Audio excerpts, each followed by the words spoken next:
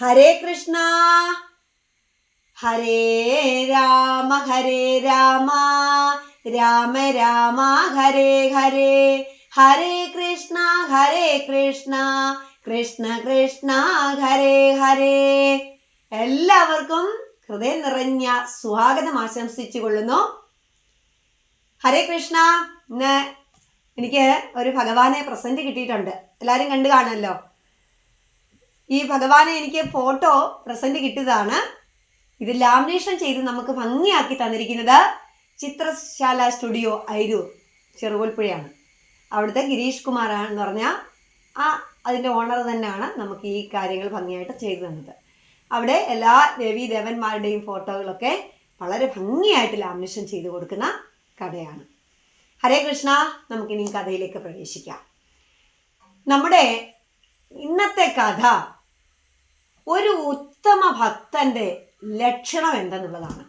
നമുക്കെല്ലാവർക്കും ഭക്തിയുണ്ട്, പക്ഷെ നമ്മളിലൊക്കെ ഈ ലക്ഷണങ്ങളുണ്ടോ എന്നുള്ളത് നമുക്കൊന്ന് പരിശോധിക്കാം. അപ്പോൾ ഉത്തമനായിരിക്കുന്ന ഒരു ഭക്തൻ, ഉത്തമ ഭക്തൻ. ഒരിക്കൽ ഒരു മഹാത്മാവ് ഇതിനോട് ഒരു ശിഷ്യൻ ചോദിച്ചു, മഹാത്മാവേ, ഒരു ഉത്തമനായിരിക്കുന്ന ഒരു യഥാർത്ഥമായിരിക്കുന്ന ഒരു ഭക്തൻ്റെ ലക്ഷണം പറയാമോ? അപ്പം മഹാത്മാവ് പറഞ്ഞു, കോഴിയെപ്പോലെയും കൊക്കിനെ പോലെയും ഉപ്പിനെ പോലെയുമുള്ള ആളായിരിക്കും എന്ന്. ശിഷ്യൻ ചോദിച്ചു, അതും നമ്മളും തമ്മിൽ എന്താണ് അതുമായിട്ടുള്ള ബന്ധം എന്ന് ചോദിച്ചപ്പോൾ മഹാത്മാവ് പറഞ്ഞു, കൊക്കിനെ പോലെ എന്ന് പറഞ്ഞാൽ കൊക്ക് ജലാശയങ്ങളിൽ നോക്കിയിരിക്കുന്നത് അതിന് വേണ്ട ഭക്ഷണമായിരിക്കുന്ന മീനാണത് നോക്കിയിരിക്കുക. മറ്റെന്തൊക്കെ അനക്കം ആ ജലാശയത്തിൽ സംഭവിച്ചാലും അതിന് മറ്റെങ്ങും ശ്രദ്ധയില്ല. അതിൻ്റെ ആ ഭക്ഷണമാണ് ശ്രദ്ധയോടുകൂടി നോക്കിയിരിക്കുന്നത്. ഇതുപോലെ ഭക്തരായിരിക്കുന്നവരുടെ ധാരാളം കൂട്ടുകാർ അവർക്കുണ്ടാവും. കൂട്ടുകാര്, ബന്ധുക്കള് ഒക്കെ ഉണ്ടാവും. അവരെ ഒന്നും മനസ്സിലേക്ക് ഏറ്റി വെക്കാതെ ഭഗവത് കഥകള് അല്ലെങ്കിൽ ഭഗവാനുമായിട്ടുള്ള ഒരു ആത്മബന്ധം ഉണ്ടാക്കി വെക്കുക എന്നുള്ളതാണ് ഒരു യഥാർത്ഥ ഭക്തൻ.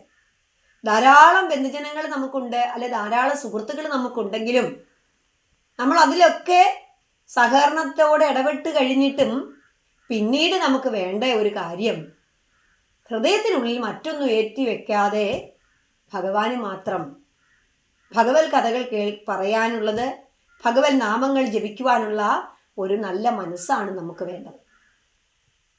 അതുകൊണ്ടാണ് കൊക്കിനെ പോലെ എന്ന് പറഞ്ഞത്. ഇനിയും കോഴിയെ പോലെ എന്ന് പറഞ്ഞു കഴിഞ്ഞാൽ, കോഴിക്ക് ചപ്പു ചവറുകളിലൊക്കെ ചികഞ്ഞെടുത്ത് അതിൻ്റെ ധാന്യം അത് സ്വന്തമാക്കും. അതിന് മറ്റൊന്നും ആവശ്യമില്ല.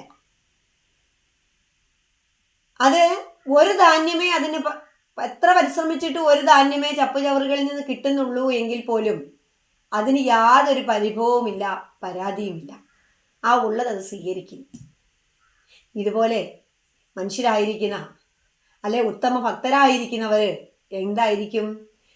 കിട്ടുന്നതിന് പരിശ്രമ ബുദ്ധിയോടുകൂടി കിട്ടുന്നത് എന്താണോ അതിനെ സ്വീകരിക്കുക എന്നുള്ളതാണ്. എന്തൊക്കെ പ്രതിസന്ധികൾ വന്നു കഴിഞ്ഞാലും, ദുഃഖങ്ങളും ദുരിതങ്ങളും ഏറെ വന്നാലും, നല്ലതും ചീത്തയും ഒക്കെ വന്നാലും അതിനെ സമചിത്തതയോടുകൂടി കൈകാര്യം ചെയ്യുക. ഒന്നിലും അധികമായിട്ട് സന്തോഷിക്കാതിരിക്കുക. പരിശ്രമം അത്യാവശ്യമാണ്. പരിശ്രമത്തിൽ കൂടെ മാത്രമേ നമ്മുടെ ലക്ഷ്യസ്ഥാനത്ത് എത്തിച്ചേരൂ എന്ന് നമ്മളെ പഠിപ്പിക്കുന്നുണ്ട് കോഴി. പിന്നീട് ഉപ്പ് നമുക്കറിയാം, നമ്മുടെ ഭക്ഷണ സാധനങ്ങളിൽ, ആഹാര സാധനങ്ങളിലൊക്കെ ഉപ്പ് കൂടിയാലും കുറഞ്ഞാലും അത് രുചി കുറവ് തന്നെയാണ്. എന്നാൽ ആഹാര സാധനങ്ങൾ രുചിയോടുകൂടി നമ്മൾ കഴിക്കുമ്പോഴും ഈ ഉപ്പിനധികം പ്രസക്തി പറയുന്നുമില്ല. എന്നാൽ ഭക്തരായിരിക്കുന്നവർ, ഉത്തമ ഭക്തരായിട്ടുള്ളവർ, അവർക്ക് എന്തൊക്കെ ചിന്തകൾ അവരിൽ വന്നാലും യഥാർത്ഥമായിട്ടുള്ള ഒരു മനസ്സ്, ഈശ്വര ചിന്തയുള്ള ഒരു മനസ്സ് അവർക്കുണ്ടാവുക എന്നുള്ളതാണ്. അവർ മറ്റൊന്നിലേക്കും അധികം ശ്രദ്ധിക്കാതിരിക്കുക. അവർക്ക് വരുന്ന നന്മകളെയെല്ലാം അവർ സ്വീകരിക്കുന്നു. തിന്മകളെ അവർ സ്വീകരിക്കുവാൻ പറ്റാത്തതാണെങ്കിൽ പോലും അതിനെ സമചിത്തതയോടുകൂടി കാണും.